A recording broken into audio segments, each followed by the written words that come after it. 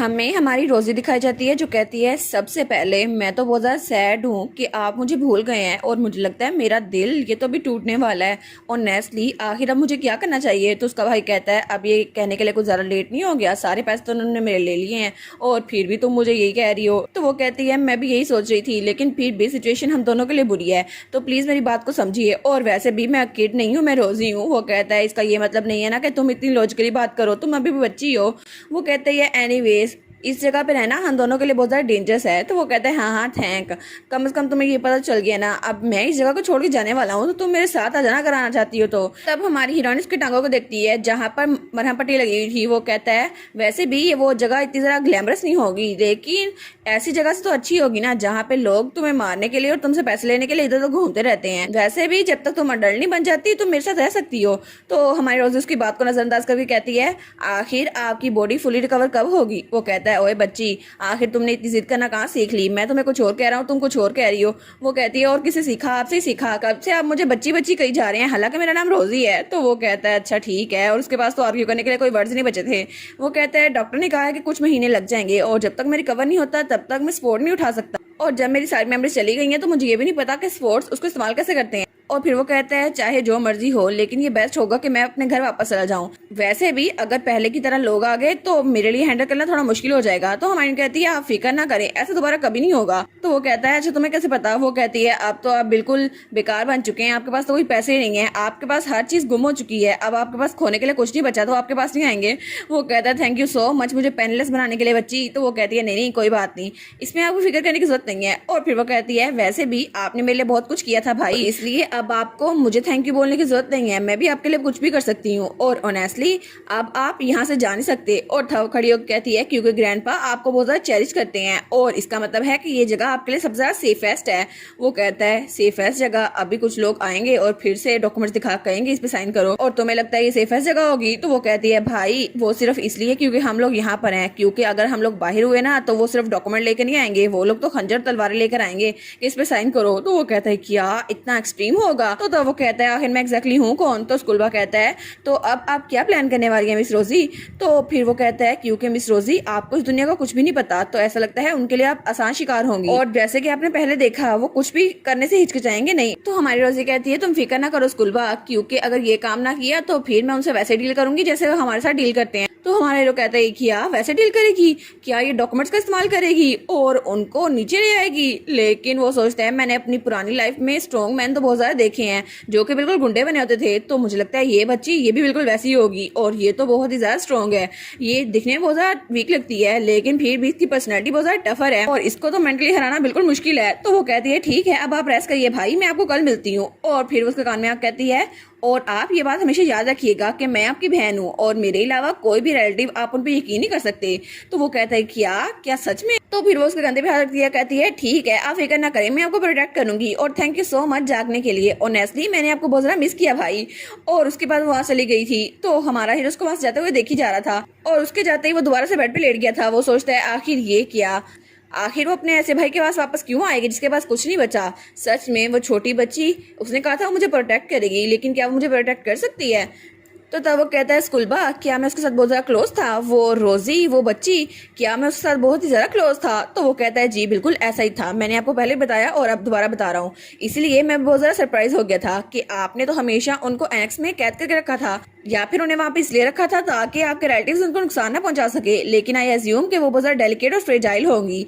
फिर भी आज जब मैंने उनको देखा कि वो जरा स्ट्रॉन्ग है तो मुझे लगा शायद उनकी एबिलिटी वो सिचुएशन के हिसाब से चेंज हो सकती है, और जिस तरह वो इंसिस्ट करी है वो स्टेट छोड़ के नहीं जाएंगी, मुझे लगता है कि वो उस मैटर को भी अच्छे से हैंडल कर लेंगी। और लेडी रोजी तो बहुत ज्यादा शार्प है। वो कहता है अच्छा तो मुझे लगता है शायद वो मुझ पे गई है ना।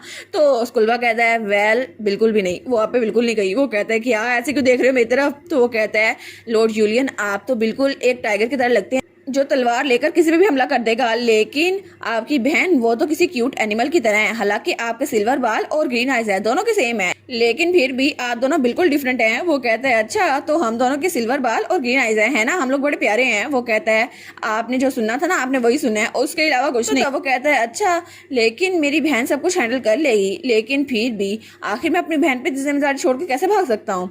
और फिर वो सोचता है लेकिन आखिर मैं अपनी बहन से कितना प्यार करता था कि हर कोई मेरी तरफ ऐसे रिएक्ट कर रहा है, और रोजी वो बच्ची वो तो सब कुछ मेरे लिए कर रही है अपने भाई के लिए, और मुझे तो उसे देख के लग रहा था कि वो भी रोने वाली है, लेकिन वो रोई नहीं, वो तो बहुत बहादुर थी। और तब वो कहता है लेकिन अगर मैं सच में उसको जरा चेरिश करता था, लेकिन अभी मैं उसको याद क्यों नहीं कर पा रहा, और अभी मुझे ऐसा लग रहा है कि मैं एक विलन हूँ। तो तब वहां पर देखते हैं और उसकी सील पड़ी हुई थी। वो कहता है वेल अगर ऐसा ही है, मैं 24 साल का हूँ, तो मुझे लगता है कि मेरे पास कोई मनी नहीं बची, तो मुझे लगता है कि शायद ये अच्छा ही होता क्योंकि मुझे पता नहीं चलता मेरी बहन भी एग्जिस्ट करती है। तो वो कहता है ओए रफली मेरे पास कितनी मनी थी जो वो ले गई है, और वो सोचता है आई मीन कि मैं काउंट का वारिस हूँ, तो मेरे पास कुछ ना कुछ रकम तो होगी ना, मे बी 500 गोल्ड या 5000 गोल्ड, जिसकी वजह से हम लोग एक कैसल खरीद सकते हैं कैपिटल में। तो अगर मेरे पास वो रकम वापस आ गई तो मैं उसको लेके वहां चला जाऊंगा। तो तब स्कूलबा कहता है मुझे एग्जैक्ट नंबर तो नहीं पता, लेकिन मे भी इतना अमाउंट होगा, और तब उसको डायरी दिखाता है। तो वो कहता है क्या इतने ज्यादा पैसे, नो वे, ऐसा हो नहीं सकता। और वहां पे 1.37 ट्रिलियन गोल्ड थे। वो कहता है हम लोग इतने अमीर थे, लेकिन कैसे, मुझे पता क्यों नहीं था।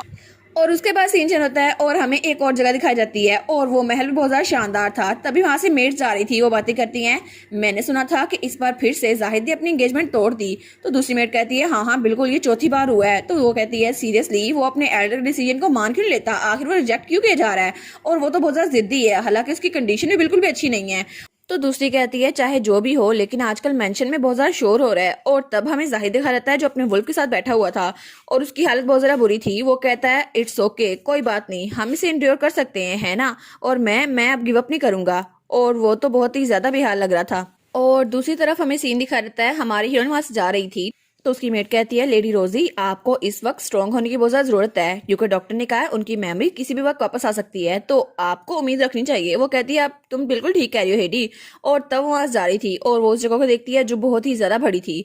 वो सोचती है ये पूरी स्टेट नोआर्ट फैमिली की है और उसके मेंबर्स की, यहाँ पर हर कोई रहता है, लेकिन हालांकि इतने सारे रिलेटिव्स हैं भी, फिर भी ये सेफेस्ट जगह है हमारे लिए, क्योंकि यहाँ पे वो हमें नुकसान नहीं पहुंचा सकते, और ग्रैंडपा के मेंशन में कोई भी ये हिम्मत नहीं कर सकता कि यूलियन को मार सके। और तब वो हमें बताती है कि मेरे मैटरनल ग्रैंडफादर वो एम्पायर के सबसे वेल्दीएस्ट टाइकून है, कैलिबन नोआर्ट, और ऐसा लगता है उन्होंने कुछ नहीं से शुरू किया था और फिर बहुत ज़्यादा फॉर्चून बना ली, लेकिन मनी और मैरिज के जरिए उन्होंने हाईएस्ट टाइटल काउंट का सिक्योर कर लिया। इस तरह वो आदमी, उसके पास तो कोई मर्सी नहीं है, लेकिन ट्रूथ ये है कैलिबन का एक डार्क पास्ट है, जिसकी वजह यह है कि वो टेम्पल का स्लेव था और उन्होंने कई सालों तक टेम्पल की स्लेवरी झेली। इस वजह से वो टेम्पल से नफरत करते थे और उनकी जिंदगी का सिर्फ एक मकसद था कि वो टेम्पल को गिरा कर रहे।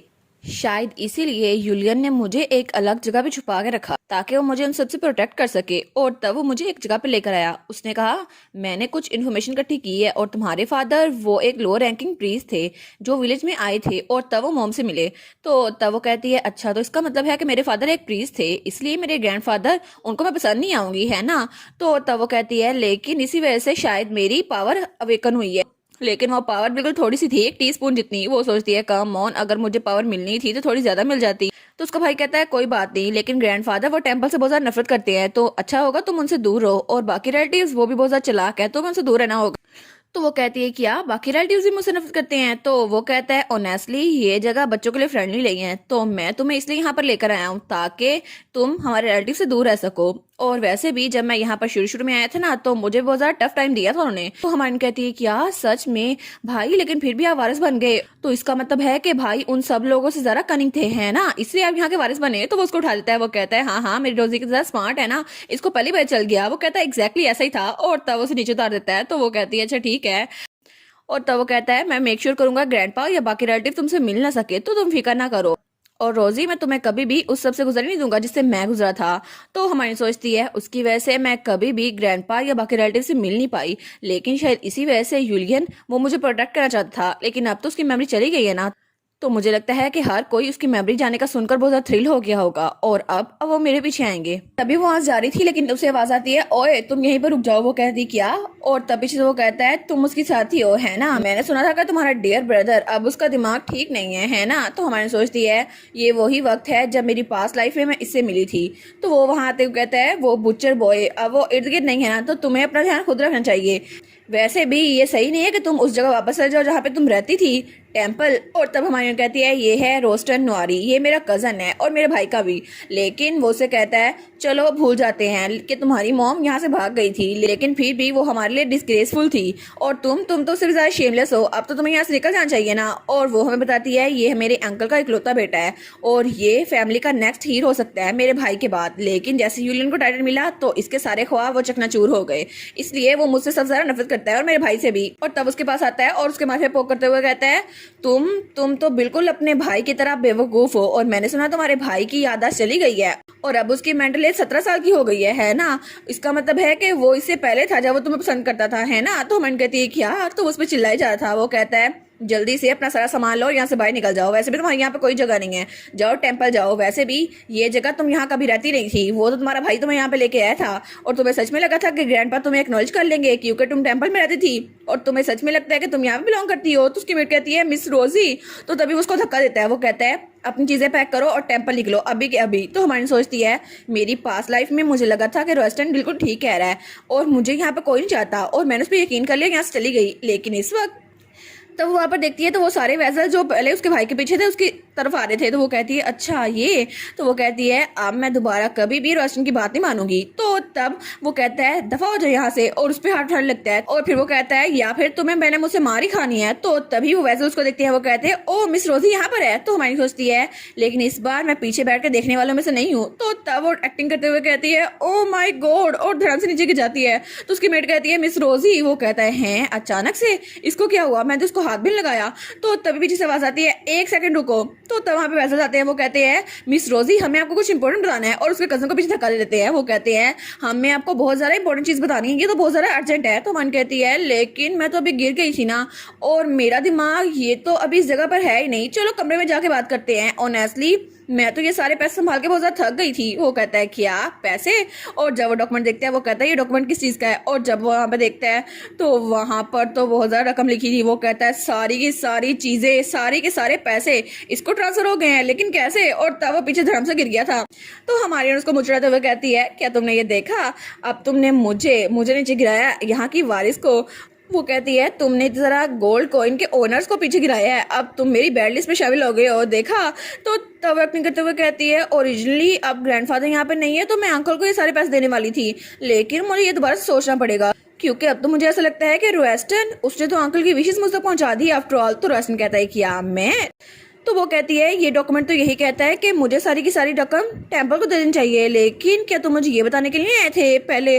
तो सारे वैसे कहते हैं क्या टेम्पल को, नहीं नहीं। तो रोशन कहता है तुम क्या बात कर रही हो, मैंने सब कब कहा। वो कहती है ओ बाय द वे अभी तुमने जो सूट पहना है वो इटोन फाइबर का बना हुआ है ना, और ये तो टेम्पल बनाता है ना, ये हाई एंड टेक्सटाइल है जो सिर्फ टेम्पल बनाता है और इसकी सारी की सारी आमदनी टेम्पल को जाती है।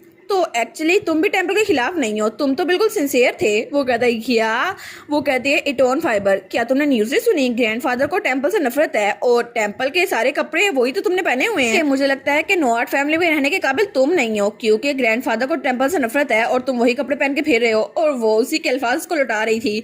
तो वो कहता है क्या, तो तभी हमन कहती है लेकिन मुझे लगता है कि सारे पैसे मुझे टेम्पल को डोनेट नहीं करने चाहिए और जब तक ग्रैंडपा को नफरत है ना उनसे, मैं ऐसा नहीं कर सकती। तो वैसल कहते हैं शुक्र है ये डोनेट नहीं करने वाली।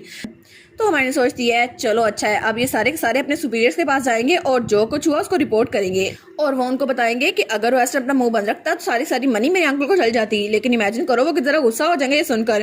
तो तब वो कहती है तुम बिल्कुल भी गलत नहीं हो जो तुमने पहले कहा रोस्टन, मैं सिर्फ अपने भाई की वजह से यहाँ पर आई हूँ और मेरी मॉम यहाँ की डिस्ग्रेस थी जो यहाँ से भाग गई थी, लेकिन फिर भी मैं अपने आप को इतना ज़रा वर्थलेस या लॉयल नहीं समझती जितना तुम मुझे समझते हो, और अगर ऐसा हुआ तो मेरा भाई जो मुझे बहुत ज़्यादा पसंद करता है वो बहुत ज़्यादा हार्ट ब्रोकन हो जाएगा। और वो सोचती है मेरी पास्ट लाइफ में मैंने कभी भी खुद को चर्च ना किया, मुझे हमेशा यही लगता था कि मैं यूलियन की वजह से यहाँ पर रह रही हूँ और अगर यूलियन मुझे पसंद नहीं करता तो मुझे यहाँ से निकल जाना चाहिए, और यही मेरी सबसे बड़ी गलती थी। लेकिन मेरा भाई यूलियन मुझे बहुत ज़्यादा पसंद करता था और मुझे याद है कि वो मुझे कितना ज़्यादा प्यार करता था, और अगर वो यहाँ पर होता उसकी याददाश्त होती तो अभी वो यही करता। तो वो कहती है तुम्हारे ये अल्फाज मुझे तंग नहीं कर सकते और ना ही जख्मी कर सकते हैं, और वो सोचती है मुझे दोबारा से वही मिस्टेक दोहरानी नहीं चाहिए। वो कहती है चाहे कुछ भी हो जाए मेरा भाई मुझे याद रखे या नहीं रखे, मैं हमेशा यहाँ पे रहूंगी और उसको प्रोटेक्ट करूंगी। और वो दिल में सोचती है क्योंकि मैं वो इंसान हूँ जिसको यूलियन पसंद करता था तो मुझे खुद को प्रोटेक्ट करना चाहिए, क्योंकि यूलियन मेरा भाई वो मेरे लिए बहुत ज़्यादा अहमियत का हामिल है और मैं उसको छोड़कर कहीं नहीं जाने वाली। और इसी के साथ ये वाला पार्ट यहीं पर ख़त्म। तो आप लोग बताइएगा आप लोग को ये पार्ट कैसा लगा, और वीडियो को लाइक और चैनल को सब्सक्राइब लाजमी कीजिएगा। बाकी वीडियोस का लिंक भी स्क्रीन पर नज़र आ रहा होगा, तो काइंडली उनको भी चेकआउट कर लें। और thank you so much for watching my videos. Stay safe, bye bye.